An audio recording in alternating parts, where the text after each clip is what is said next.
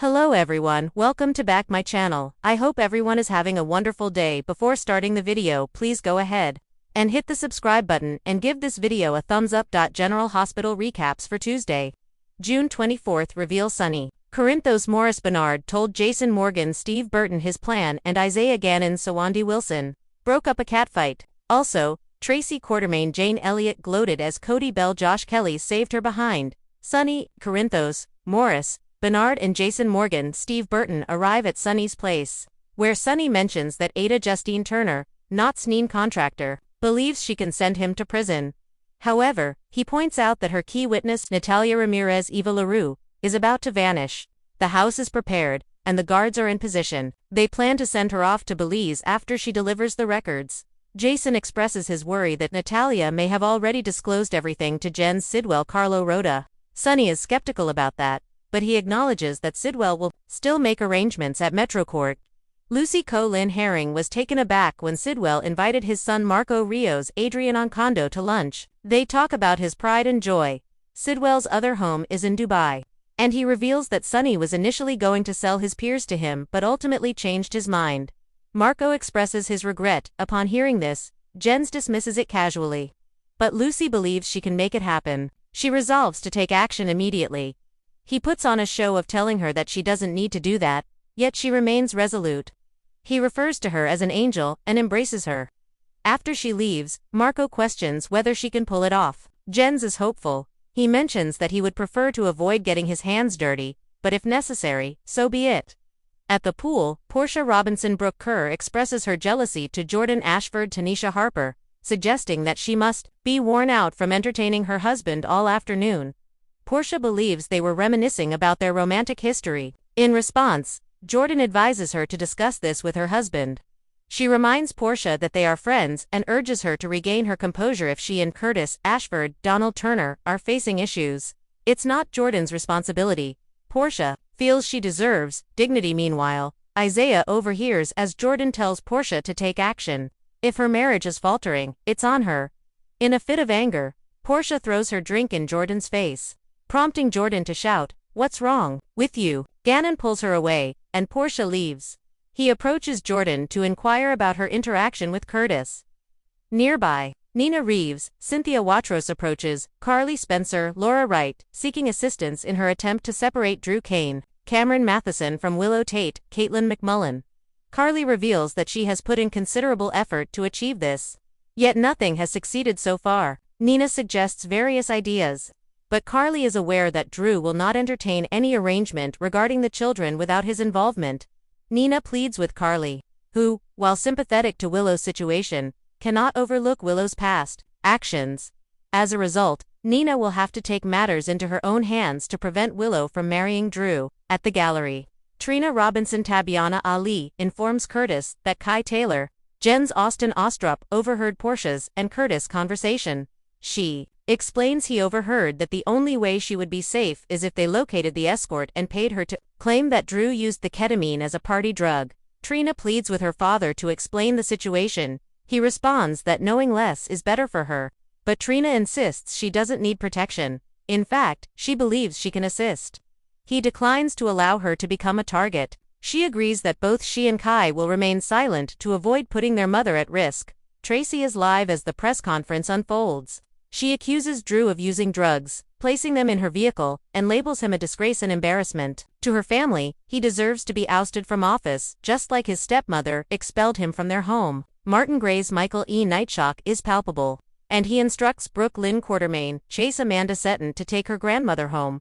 While Tracy and Martin bicker, Kai pulls Drew aside, away from the conflict. Martin shouts that Tracy is being disrespectful, and Tracy counters by mentioning the video of Drew and Willow in a compromising situation in the nursery. They engage in a heated argument regarding Drew's surname, with him accusing her of drugging the congressman. She refutes the claim. He was caught behaving like a college student on spring break. Cody Bell, Josh Kelly enters the room and speaks up, and Martin brings him to the podium. He states that Drew didn't put the bottle of ketamine in her car. Although he doesn't support Mr. Kane, he cannot obstruct justice. Tracy shouts, "Cody." Cody explains that he is responsible for the horses at the Q Mansion. Hades needed a minor medical procedure. and he borrowed Tracy's car and mentions that he had to get ketamine for the procedure and accidentally left it in her car. Miss Quartermain didn't drug Mr. Kane, she's innocent. Martin questions why he didn't come forward sooner. And Cody replies that he doesn't follow the news and only needed the ketamine today. Additionally, he took Tracy's car without permission and didn't want her to find out. Martin suspects that Tracy has paid him off, but Cody shows the veterinary receipt. Martin suggests it might be altered. He and Tracy argue about who will have it verified, and she grabs it from Cody. Martin lunges for it and tumbles into the crowd, landing face first. Drew goes back to the podium and attempts to halt the press conference. Tracy stands next to him and urges him to say sorry. He complies. After the conference, Martin is in severe pain while Drew shouts at him and refuses to give him more than the retainer after the incident. Drew informs Kai that he plans to marry Willow so she can gain custody of her children. In another room, Chase inquires if his story will hold up. Cody is confident it will. Nearby, Tracy tells Brooklyn that she will have to overlook Cody taking her car without her consent and boasts to Brooklyn that cues are effective. Later, she confesses that Michael came up with the plan to create the story, which cleared both Tracy and Drew. At Willow's home, she confesses to Michael that she loves Drew and wishes to marry him. He responds by saying that if she goes through with it, he will make sure she never sees their children again. He angrily claims that Drew is the reason she lost custody. He insists he isn't being cruel, but that's just how things are. Willow believes he is trying to intimidate her into leaving Drew because he thinks she will prevail. When he fails, she hopes to show him more kindness than he has shown her. She mentions that she traveled to Germany, but he refused to meet her. Michael insists that never occurred. She tells him the nurse informed her that he wanted nothing to do with him. Michael again denies this. It doesn't add up, and Willow suspects he is using their children to get back at her. He argues that he is protecting them from Drew. Willow defends Drew, stating that they share no secrets with each other. Michael denies seeing her as a possession and weeps and states he won't prevent her from pursuing her dream life with Drew, but he won't allow her to involve their children in it. Willow is firm she plans to marry Drew and reclaim her kids, and she storms away. After her meeting with Marco and Sidwell, Lucy visits Sunny, bringing a fruit basket with the intention to discuss something. Meanwhile, Jason heads outside to take a phone call from Nina, who requests to meet at Metro Cordonside. While Jason steps away, Lucy presents her ideas to Sunny. Sunny refers to Sidwell as a bad character, expressing that he is unaware if there's anything besides minerals being imported into PC by him that is more dangerous. Sunny doesn't trust Sidwell. They fail to reach a consensus, prompting Lucy to withdraw, and instead, they enjoy some fruit as a snack. Jason finds Nina at Metrocourt, where she requests his assistance in convincing Michael to allow Willow to visit the kids without Drew present. She hopes to delay the wedding and ultimately persuade her to break up with Drew completely. Jason expresses his approval of the plan just as Willow arrives. She presumes that Michael sent him and instructs him to go away. There's a bit of an awkward and tense discussion between the three of them until Jason throws up his hands, says, "Okay," and leaves. Nina is visibly frustrated, realizing there's nothing they can do to dissuade Willow from this marriage.